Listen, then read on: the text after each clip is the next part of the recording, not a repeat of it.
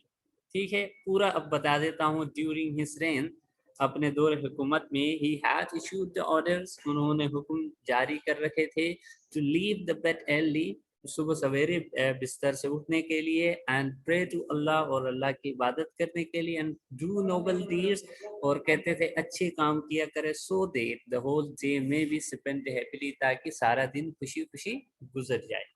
وہ خود, next sentence سے پڑھ رہا ہوں, وہ خود سورج نکلتے ہی دربار لگاتا. He himself held his court with the sunrise.